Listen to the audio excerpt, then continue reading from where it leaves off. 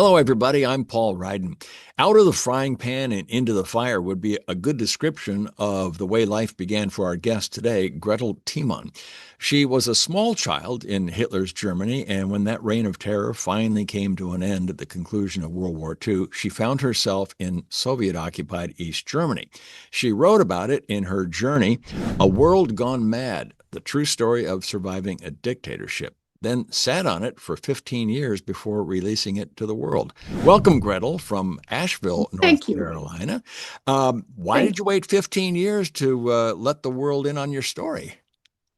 Well, when I wrote it first, it was to heal from the trauma that I had gone through. Hmm. As a matter of fact, when people met me and said, "Where are you from?" I always said Europe. I didn't even want to say Germany, and I definitely didn't want to say East Germany, and then get a lot of questions. Sure. So I wrote it and then gave it to friends to read, and they said, "You have to publish it. Hmm. Um, we don't know about it." Yeah. And I was hesitant. There are lots of feelings which I have worked through, but at that time I hadn't. And it was difficult to talk about it. And also, I thought, they don't know the background. How can I tell them in 5 minutes or 10 minutes what it was like to live in that world? And so I avoided it. And people actually pushed me into it until I finally had the courage and said, "Okay, world, here it is. Do what you want." Well, I'm glad you did, and I'm sure your readers will be too. Uh, Now, granted, you were very young at the time, but can you remember what life was like under Nazi rule? What have others told you, or Yes, what you remember? yes. What I remember was terrible fear. You didn't talk to anybody unless they were very close friends or relatives, and you did. And you hear about arrests, people who heard on the radio. And my mother listened to it, and I was frightened because I knew she sent me to bed, but there was hammering sounding and screeching sounding. And they put actually a marker on every phone um, that you were not supposed to listen to it, so that they made sure you were aware of it, that it was a crime. And Mhm. listening to it and telling a neighbor, if the neighbor told about it, the Gestapo came and picked you up. Good grief. So that was one part of it.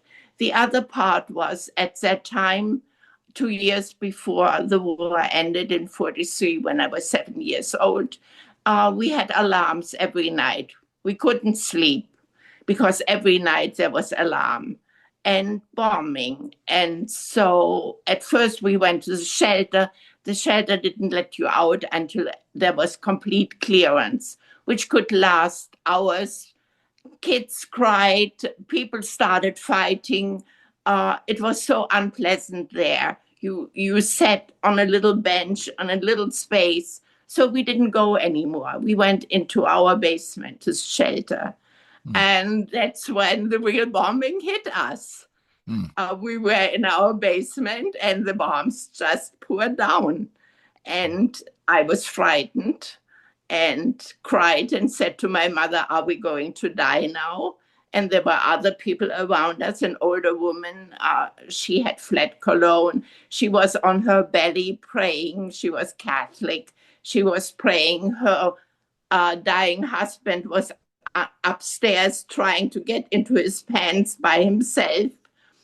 And so those are things and then we went to our garden a little bit outside, and the gold pond with fish was gone. There was a big hole where there was a pear tree the day before, and the world was different. The trees were stripped of leaves and blossoms and looked like ghosts to me. And so it was a very frightening world, outside, inside, condemned to silence, not talking to anybody really because that wasn't safe. So I started reading ferociously. I tried to escape. I made something out of my fantasies, 3 courtyards. People I met in the third courtyard, friends in the second courtyard. but the inner courtyard was Mhm. my own. Yeah. And I surrounded myself with beautiful things of nature and a fountain which was spraying water because I loved water. And so in my fantasies, I went there and I tried to heal and tried to exclude whatever threatening world there was outside. Yeah. So And yeah. that is my recollection of the Nazi time. And you had a lot to be escaping from, including your own home life, which was no, walk in the park Yeah, either. You had a yeah. tough My time with your mother mom. was born in Poland and married. My father married her in 1933, which was a courageous act. His family didn't come to the wedding because my mother was Polish and poor. And so I became very aware there was a Catholic world my mother belonged to, there was a Protestant world my father belonged to, which was actually good for me because I did not buy in any dogmas. I became skeptical. I had to create my own world and followed that world Mhm. into America and into where I live now. Um, so But you that described your home life as your mom. You used the word psychotic. That there were Yes, she oftentimes she was. would As a come at you matter with of a fact, knife. she was testified as being mentally ill. Hmm. Well, Much too late. She possibly could have gotten help, but nobody knew it. sure. And she was very good in covering up. And I never told anybody about it. As a matter of fact, I only told my father when I was in America, when he himself had problems with my mother. Then I Mhm. told him stories, not before. Nobody knew about it. Hmm.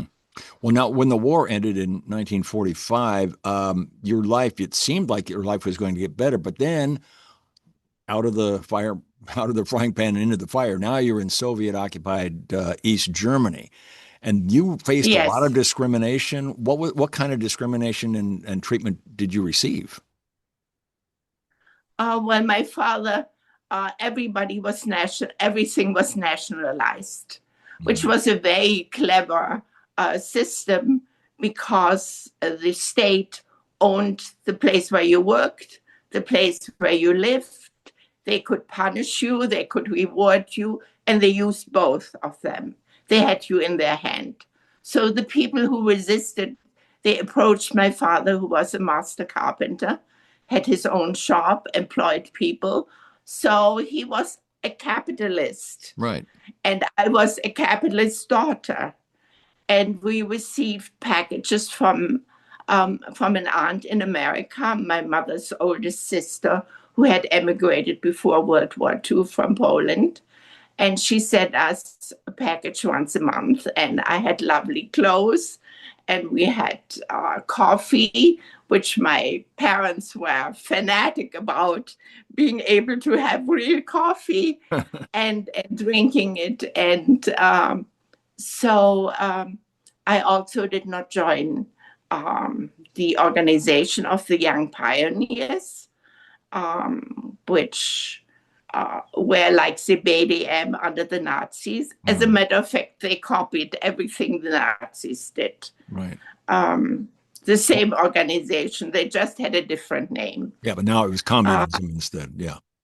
yeah, so the Nazis were a dictatorship to the right, and of course, East Germany was a dictatorship to the left. Hmm. And the people who ruled us had escaped during the Hitler years to Moscow and were directly schooled by Stalin.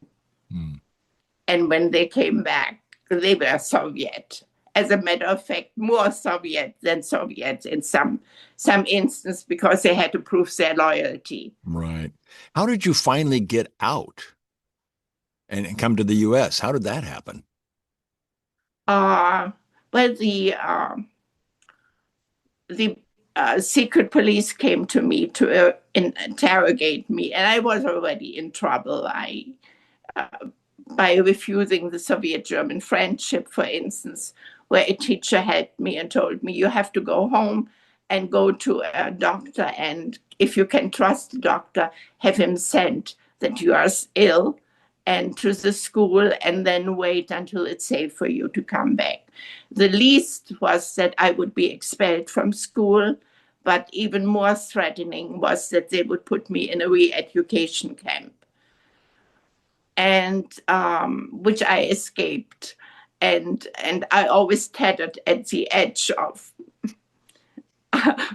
being imprisoned at one time. Yeah, you were quite the And troublemaker. so one day I had to, because the Stasi came to me and interrogated at 4 o'clock in the morning before Easter time, when it was cold, and I said it within my nightgown. And that's already intimidating. If two men dressed up come into where you're sleeping, into your bedroom, and interrogate you for an hour. Good grief. So I knew I had to leave. And the escape was West Berlin, of course. It was 6 years before the wall was being built. Mm-hmm. So, but I knew I had to wear East German clothing, not clothing from my aunt. I couldn't stand out. I had to take very little luggage.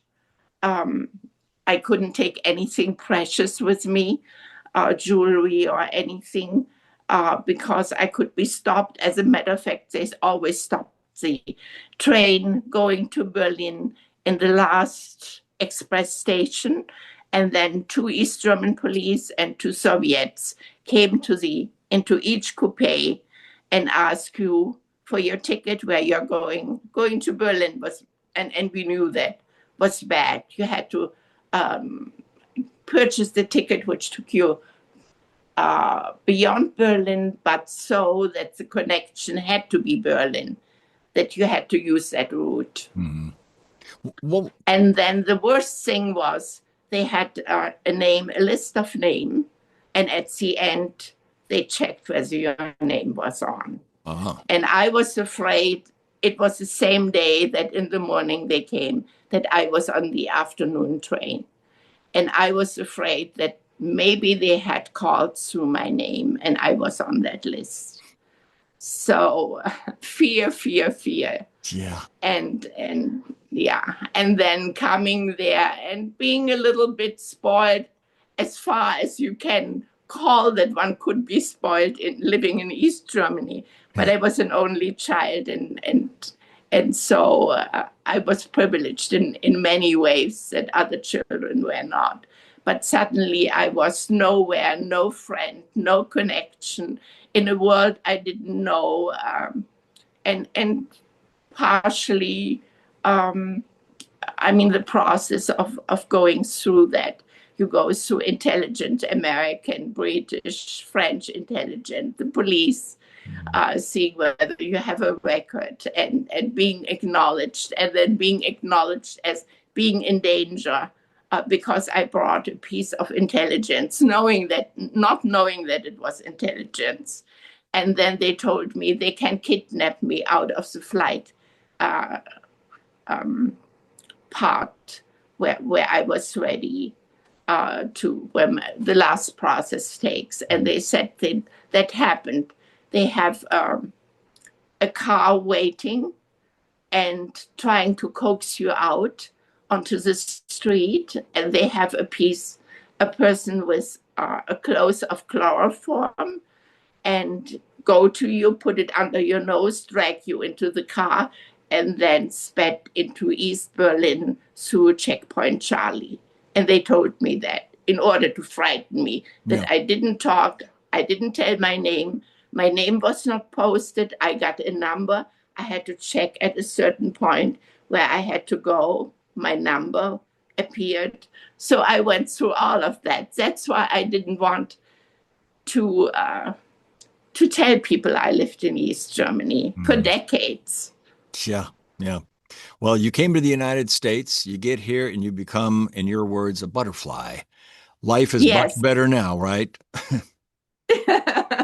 Yes. you talk about two lakes, and we're running out of time here, but you write about two lakes formed by your tears, one of infinite sorrow and one of infinite love. What did you mean by that? The infinite sorrow were all the things I had to go through Sure. politically with my mother, being abused, well, abused in a certain way, Yeah. not the normal, not what you understand now Mhm. about being abused, and being unsure of myself, questioning myself, who I am. Um, but then people, when I came to New York, people were wonderful. They invited me to parties where I worked first. They took time and changed, showing me New York on the weekend. And it felt so freeing. It felt so wonderful. And then as I learned more English, the ambition came, you have to go back to college. You have to stand on your own feet. And I knew I had a good mind, develop that mind Mhm. and do something with it. And so I did. And going to college was wonderful. I could ask questions, which I never could in East Germany. And they even encouraged me and rewarded me of asking questions and participating. So it felt like I was free. I was a butterfly. I had joy. Um, and then I met my husband, the love of my life. And he remained. I mean, we had a wonderful, wonderful marriage until he died. And I still miss him, of What course. what do you hope readers get out of this book? Well, a friend bought the book and told me she had bought it. She's close to retiring, and she said what she does is read it to her husband, who maybe has bad eyesight, a little bit, and then they discuss it. Hmm. Discuss it from the point of what went on, um, how I dealt with it, uh, how I survived, how I how I actually became the person I am. I'm a positive person, Yeah. despite having, or maybe because I have gone through all of it and Sure. survived it. Yep. And I fell down and cried, and a day later picked myself up and said, "That's not who you are." And you just have to go on. And life is not bad here at all after what you have gone through. You have a good life, so march on. Yeah. And so that was the other part, The infinite the love. tears, which were tears of joy, Yeah. and where I prospered and where I could bathe and swim Mhm. and be myself. Well, it's a fascinating book and a fascinating story. It's called A World Gone Mad, The True Story of Surviving a Dictatorship by Gretel Timan. And Gretel, thanks so much for joining us today, and enjoy the rest of your day and the rest of your life in Asheville, North Oh, Carolina. I will. I will. And thank you for the interview. Of course. And I, thank you, I folks. enjoyed it. Thank you, folks, for spending a few minutes with us on the Global Book Network. I'm Paul Ryden. We'll see you next time.